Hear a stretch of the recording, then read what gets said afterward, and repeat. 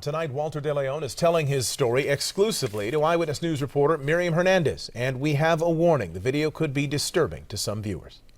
A son, a father, a beloved brother. We might have been talking about Walter De Leon as a dead man.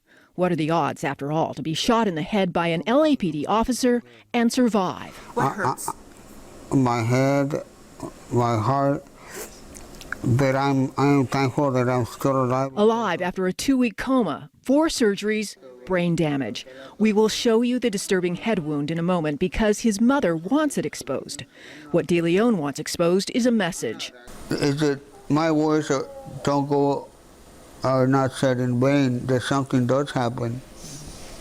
You know, that there is some type of change in the police force. De Leon now has a team mounting a legal challenge. Lawyers and LAPD are at polar opposites over what triggered the gunfire on June 19th. We know the 49-year-old was out for a walk along Los Feliz Boulevard. Officers say he looked like he was hiding a gun. Our initial statement was that Mr. De Leon approached the police car in an aggressive manner with his hands or hand wrapped in a piece of cloth. How threatening can I be towards them with a bottle of water and a towel? Whatever the action was, the officer responds, exiting his vehicle. He orders De Leon to drop the gun. But De Leon doesn't have a gun. He was nowhere near these cops. He was not doing anything provocative. Both sides say they have supporting witnesses. Neither side has a complete picture. For LAPD and the Inspector General, there are 3 months of investigation still ahead. In the middle of it all is De Leon, the rare survivor of an officer-involved shooting. What does he remember? Very little, says his family. They've coaxed him for answers. Now, we ask him. And then during that time, I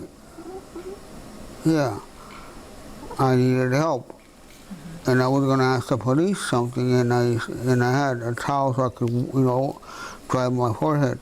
A key question, why did he need help? Could his signals have appeared as aggression? Do you remember how you were carrying that towel? It's close to the bottle of water that I had, but that was it.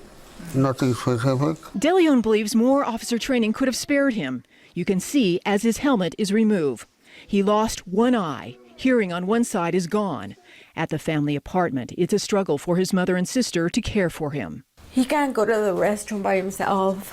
He can't feed himself. He can't dress himself. Y le digo, ¿dónde fue eso? To add to their misery, they are now facing eviction. Back at Rancho Los Amigos Rehab Center, De Leon believes he knows what happened on Los Feliz. It's like, wait a minute. It's like shoot first and then ask questions later.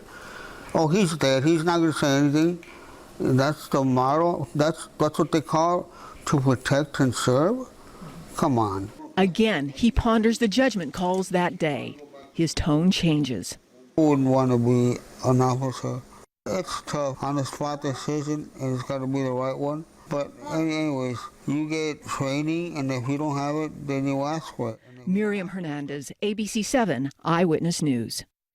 Both officers involved in De Leon's shooting are assigned to administrative duties pending the outcome of the investigation. Lawyers for De Leon plan to file the notice of civil rights claim against the LAPD next week. That is the precursor to a civil lawsuit. Walter De Leon's family has set up an online fund page to help pay for his recovery. We have a link to it on our website, abc7.com.